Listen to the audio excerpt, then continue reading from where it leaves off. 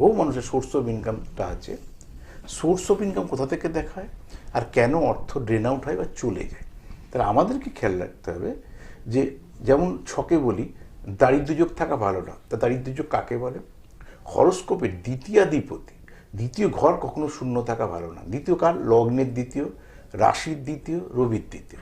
আপনার রাশির ডান দিকে ফাঁকা আছে কিনা দেখে নিন, ছক করা আছে অনেকেরই।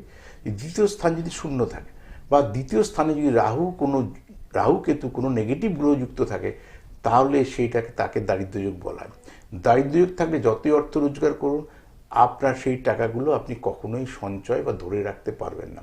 অনেক কষ্ট করে টাকাগুলো জমিয়েছেন, কখনো মনে হলো এই সময় এই টাকাটা এত বছর ধরে জমিয়েছিলাম, এই কাজে লাগা, প্রত্যেক মাসের তার পরিকল্পনা থাকে, দেখলেন এমন একটা বাড়ির পরিস্থিতি তৈরি হলো, সেই টাকাটা খরচ করতে বাধ্য হলেন, আবার আপনার জীবন শূন্য থেকে শুরু করতে হলো। এই যে আমরা সাধারণ খেটে খাওয়া মেহনতি মানুষ, আমাদেরই তো সমস্যাগুলো সাধারণ মানুষের আমাদের বেশি। বহু মানুষ বহু রোজগার করতে পারছে না।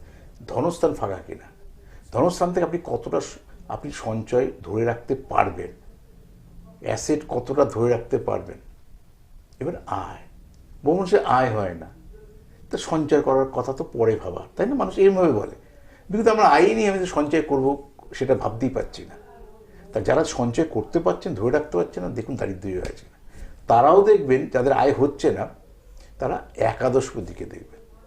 আর কি কাজ করছেন, কিসের মধ্যে দিয়ে আয় হচ্ছে না? আয় তো আকাশ থেকে টাকা পড়বে না, টাকা তো সিস্টেমের মধ্যে, কাজের মধ্যে দিয়ে আপনার অগ্রগতি করবে। এমন কি কাজের সঙ্গে যুক্ত আছে যেখান থেকে আয় হচ্ছে না? অর্থাৎ আয় হচ্ছে সোর্স অফ ইনকামটা একাদশ থেকে। তাহলে আপনার একাদশপতি কি, কোথায়, কিভাবে আছে? যদি নেগেটিভ স্থানে থাকে তাহলে সেটা প্রতিকার করা।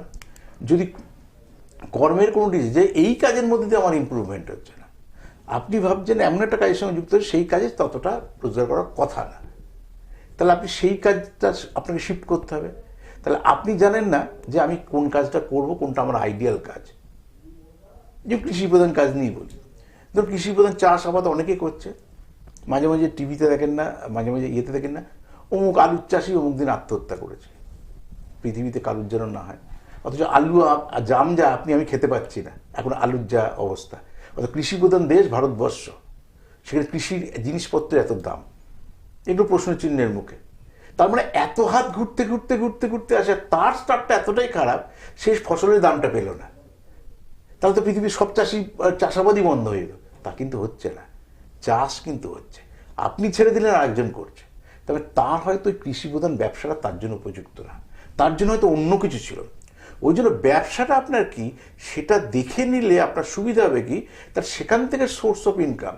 এবার সোর্স অফ ইনকামের প্রতিকার করলাম, সেখান থেকে যতটুকু বাড়লো। ধরুন আপনি দিন মজুর, আপনি পার ডে 400 টাকা 500 টাকা 5 বার, আপনি এমন কোনো হয়তো প্রতিকার দেওয়ার পর এমন কোনো জায়গায় দিলেন, সেখানে গিয়ে আপনার 1000 টাকায় লেবার হলো, কিন্তু লেবারে 1000 টাকাটা তো 5000 টাকা হবে না, বোঝানোর জন্য বলছি। তাহলে এমন কোনো ফিল্ডে আপনাকে থাকতে হবে যেখান থেকে একাদশপতিকে পাওয়ার দিলে সেই ফিল্ড থেকে যেন আমার রোজগারটা বাড়ে। তাহলে ধনস্থান বললাম, যারা টাকা আছে ধরে রাখতে পারছেন না, রোজগার করছেন জমাতে পারছেন না, কোনো প্রয়োজনে খরচ করতে পারছেন না, তাদের ধনস্থান বা দারিদ্র্যযোগ বলে। আর সোর্স অফ ইনকাম বাড়াতে গেলে একাদশপতিকে প্রতিকার করতে হবে।